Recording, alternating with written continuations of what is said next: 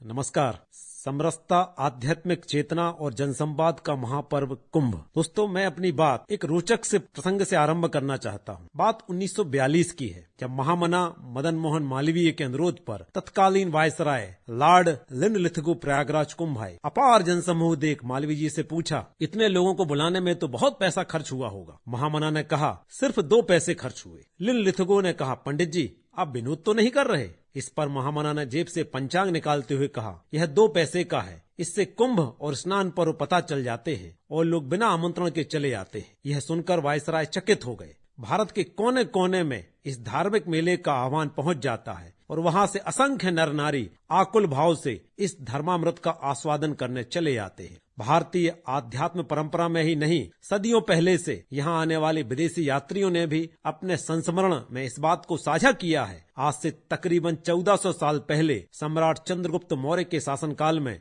यूनानी यात्री मैगस्थनीज भारत आया। इंडिका नामक पुस्तक में उसने गंगा तट पर लगने वाले इस विशाल मेले का उल्लेख किया है। उसके उपरांत चीनी यात्री फाहियान वाराणसी यात्रा पर आया और यहाँ के विभिन्न रोचक किस्से लिखे हैं। सम्राट हर्षवर्धन के समय आए हैंसांग ने करीब 1.5 दशक तक भारत का सघन भ्रमण करते हुए प्रयागराज कुंभ का आंखों देखा हाल प्रस्तुत किया। हैंसांग ने अपनी पुस्तक सु यू की में लिखा है कि देश भर के शासक धार्मिक दान देने प्रयाग आते थे। मुगल बादशाह अकबर तो प्रयागराज कुंभ को देख इतना प्रभावित हुआ कि उसने संगम तट के पास अपना किला तक बनवा लिया। प्रयाग वही स्थान है जहाँ स्वयं ब्रह्मा जी ने यज्ञ करके सृष्टि का सृजन किया। कहा जाता है कि तीर्थपति पुनि देखु प्रयागा, निर्खत जन्म कोटि अग भागा। अर्थात तीर्थराज प्रयाग के दर्शन से करोड़ों जन्म के पाप नष्ट हो जाते हैं। सूर्य के मकर राशि में प्रवेश से बनने वाले विलक्षण योग से अमृत आचमन की आकांक्षा लिए संसार के करोड़ों तीर्थयात्री प्रयागराज आ रहे हैं। यह वह योग भी है जब सनातन आस्था के प्रतीक चारों शंकराचार्य,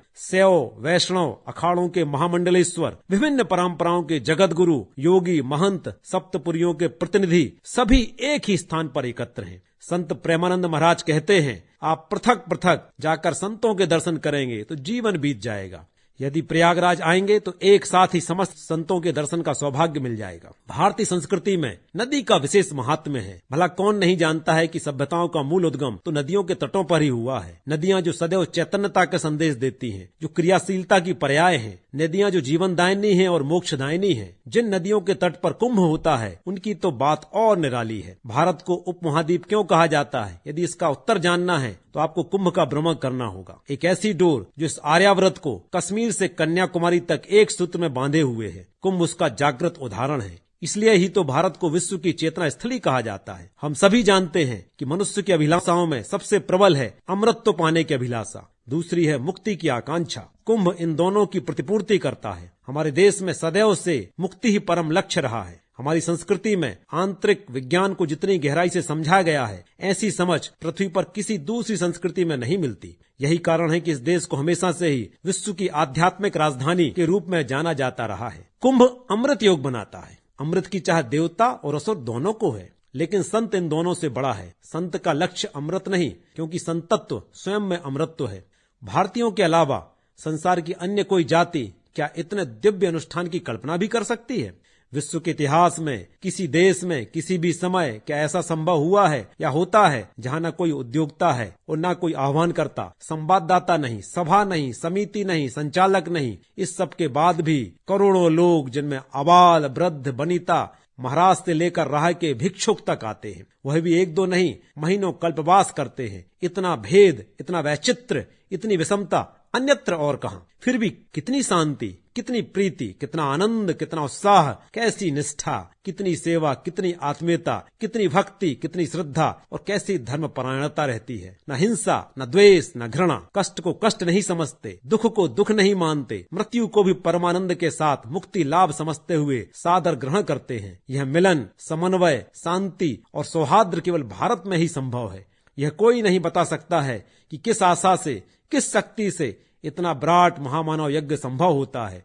क्या भला ईश्वरीय अनुकंपा के बिना यह संभव है? यह पर्व भारतवर्ष को आध्यात्मिक ऊर्जा प्रदान करता है। कुंभ में ही भारतीय समाज अपनी बहुविध संस्कृतियों, कलाओं, संसाधनों और अनुसंधानों का प्राकट्य भी करता है। स्वामी वेदानंद कहते हैं, धर्म के नाम पर भारतवासी जितने उमंगित होते हैं उतने अन्य किसी में नहीं। समाज नीति में नहीं, राष्ट्रीय नीति में नहीं और न अर्थनीति पर। भारतवासी राजा, प्रजा, धनी, दरिद्र, भद्र, अभद्र, विद्वान, मूढ़, गृहस्थ, वनवासी आदि सभी अपने धर्म के नाम पर समस्त भेदभाव और द्वंद्व भूल जाते हैं। संपूर्ण विद्वेषों को क्षमा कर एक क्षेत्र में एक ही लक्ष्य को लेकर एक ही उद्देश्य से सम्मिलित होते हैं। समरसता का ऐसा विराट और अनोखा दृश्य अन्यत्र दुर्लभ है। भारतीय संस्कृति में जो विश्व को कुटुंब मानने की परिकल्पना सुशोभित है, अयम निजा परोवेति गणना लघु चेतसाम उदार चरिता नाम तु वसुधैव कुटुम्बकम, अर्थात यह मेरा है, यह पराया है, ऐसी गणना छोटे चित्त वालों की होती है, जबकि उदार चित्त वाले तो पूरे विश्व को अपना परिवार मानते हैं। कुंभ उसका सप्रमाण साकार करता है। इस नवयुग के संधिकाल में आज जो लोग देश की उन्नति के लिए राष्ट्र के पुनरुत्थान करने के उद्देश्य से सामाजिक, राजनीतिक और अर्थनैतिक क्षेत्र में जो विविध आंदोलन करना चाह रहे हैं, परंतु देशवासियों की एकजुटता के अभाव के कारण विफल होकर सोच रहे हैं कि इस देश की, इस जाति की अब कोई आशा शेष नहीं है, उसे एक सूत्र में पिरोना दुष्कर है। उनसे हमारा अनुरोध है कि वे एक बार आकर हमारे इस कुंभ मेले को साक्षात देखकर निश्चय करें कि कैसे यहाँ जाति के, ऊंच नीच के, वर्ण के, लिंग के, भाषा के सारे प्रपंच समाप्त हो जाते हैं। भारत को लेकर यूं ही नहीं कहा जाता है कि भारत शेष है तो फिर कौन नष्ट हो सकता है, और भारत नष्ट हुआ तो फिर कौन शेष रहेगा। इसलिए यदि विश्व को बचाए रखना है तो भारत को बचाने की हम सभी की साझी जिम्मेदारी है, और यदि भारत को शेष रखना है तो अपनी निर्झरियों को सहेज कर रखिए। कुंभ उन्हीं का सबसे बड़ा प्रतिरूप है। भारतीय मानस मूलतः उत्सव धर्मी है। यहाँ की रगों में तीज त्योहार धड़कते हैं। धर्म और आध्यात्म हमारी अंतर चेतना के मूल स्वर हैं। इसके लिए कुंभ स्नान के लिए हम पहुंच ही जाते हैं। यह भी देखें कि जिस सूक्ष्म तंत्री में भारतवासियों का अखंड प्राण गुथा हुआ है, उस तार को कोई स्पर्श नहीं कर सका है। ऐसी स्थिति में जाति के प्राणों में सुर का स्पंदन कैसे जगा सकते हैं। एक बार धर्म के उच्चतर आदर्शों का अनुष्ठान और प्रचार करने प्रवृत्त हों, धर्म की जड़ में सामाजिक और राष्ट्रीय जीवन का निर्माण करने का प्रयत्न करें तो ज्ञात होगा कि समग्र भारत एक छत्र छाया में आ जाएगा। हृदय का प्रत्येक स्पंदन राष्ट्र की धमनियों में मूर्त रूप धारण कर रहा है। धर्म की नींव में ही समाज, राष्ट्र और जाति धीरे धीरे एकता में आबद्ध होकर एक श्रृंखला में पिरो दिए जाएंगे। कभी आपने सोचा कि कुंभ के स्मरण से मस्तिष्क में क्या बिंब उभरता है? नदी किनारे आस्था का जन समुद्र, जटा जूट लिए रहस्यमय से नागा साधुओं की टोलियां, खुले आसमान के नीचे नाना मुद्राओं में बैठे हठ योगी, भारत की बहुलतावादी संस्कृति का मानो संपूर्ण चित्र, संतों सन्यासियों का जमावड़ा, गौरवशाली परंपरा और अतीत के एक साथ दर्शन, माया मोह से परे गृहस्थी की गठरी सिर पर रख आस्था में डूबे सहस्त्रों श्रद्धालु, चहुं ओर नरमुंड ही नरमुंड, यही सब अमृत कुंभ की तस्वीर रचते हैं। सब इसी के लिए तो तरसते हैं। यह सनातन सांस्कृतिक परंपरा का नाभि तीर्थ जो है। कुंभ आदिकाल से मनुष्यता के संवाद का भी मंच रहा है। जब संचार के विशेष साधन नहीं थे, तब धर्म, संस्कृति और राष्ट्र के निमित्त जनसंचार और जनसंवाद का काम कुंभ ही तो करता था। आत्मशुद्धि और आध्यात्मिक नवीनीकरण हेतु करोड़ों लोग यहाँ आते हैं। कुंभ मेला हमें यह सीख भी तो देता है कि आत्मा की सच्ची शुद्धि तब होती है जब हम परमात्मा से एकाकार होते हैं। एक महत्वपूर्ण बात यह भी कि आत्मा की शुद्धि केवल व्यक्तिगत प्रयास से नहीं, अपितु सामूहिक प्रयास से भी संभव है। महाकुंभ 2025 इसलिए अनोखा है क्योंकि इस तरह का ग्रह योग 144 वर्षों के बाद बना है। हर 12 साल में एक सामान्य कुंभ मेला आयोजित होता है। पूर्ण कुंभ होने पर महाकुंभ का संयोग बनता है, अर्थात 144 साल बाद महाकुंभ लगता है। इस दृष्टि से देखें तो हम सभी बड़भागी हैं जो इस अलौकिक संयोग के चक्षु साक्षी बने हैं। साधारण कुंभ की तुलना में महाकुंभ में विशेष पुण्य फल की प्राप्ति होती है। यह काल खगोलीय दृष्टि से अत्यंत पवित्र और दुर्लभ माना गया है। महाकुंभ का समय साधु संतों, ऋषि मुनियों और योगियों के लिए ध्यान, साधना और धर्म प्रचार का विशेष काल माना जाता है। आदि शंकराचार्य ने सन्यासियों को एक सूत्र में जोड़कर अखाड़े बनाए और अमृत स्नान की व्यवस्था शुरू की थी।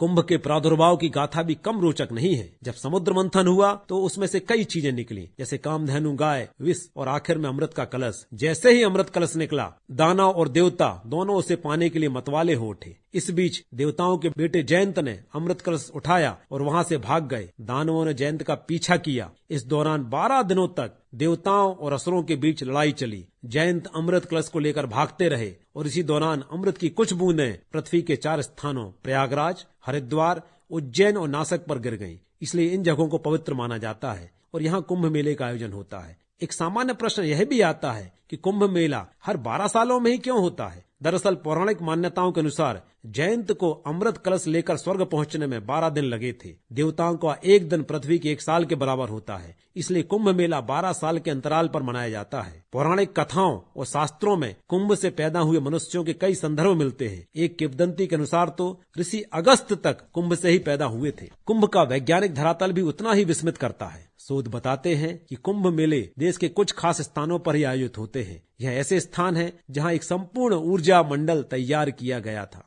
चूंकि हमारी पृथ्वी अपनी धुरी पर घूम रही है, इसलिए यह एक अपकेंद्रीय बल यानी केंद्र से बाहर की ओर फैलने वाली ऊर्जा पैदा करती है। पृथ्वी के 0 से 33 डिग्री अक्षांश में यह ऊर्जा हमारे तंत्र पर मुख्य रूप से लंबवत व ऊर्ध्व दिशा में काम करती है। विशेषतः 11 डिग्री अक्षांश पर तो ऊर्जाएं बिल्कुल सीधे ऊपर की ओर जाती हैं। इसलिए हमारे प्राचीन गुरुओं और योगियों ने गुणा भाग कर पृथ्वी पर ऐसी जगहों को चिन्हित किया जहां मनुष्य पर अपनी किसी घटना का विशेष प्रभाव पड़ता है। इनके आसपास नदियों का समागम है और इन स्थानों पर स्नान का अपना महात्म्य है। अगर कोई खास दिन कोई मनुष्य वहां स्नान करता है, उसके लिए दुर्लभ संभावनाओं के द्वार खुल जाते हैं। स्वतंत्र भारत का पहला कुंभ 1954 में लगा। अखाड़ों, पंडों और संगठनों ने शिविर लगाकर तिरंगा लहराया। बताते हैं कि इसमें लगभग 1 करोड़ श्रद्धालु पहुंचे। रेलवे ने 26 स्पेशल ट्रेन चलाई। देश के प्रथम राष्ट्रपति डॉक्टर राजेंद्र प्रसाद ने कल्पवास भी किया था। परतंत्र भारत में कुंभ का मेला स्वतंत्रता सेनानियों के लिए तो मानो वरदान था। यहाँ उनकी गोपनीय बैठकों का दौर चलता रहता था। प्रयाग तीर्थ पुरोहितों के दस्तावेज में उल्लेख है कि झांसी की रानी लक्ष्मीबाई 1857 की क्रांति की पटकथा तैयार करने से पूर्व कुंभ आई थी। वे यहाँ एक तीर्थ पुरोहित के यहाँ ठहरी। ग्वालियर में जब रानी लक्ष्मीबाई अंग्रेजों से युद्ध के दौरान नागा साधु की कुटिया में पहुंची,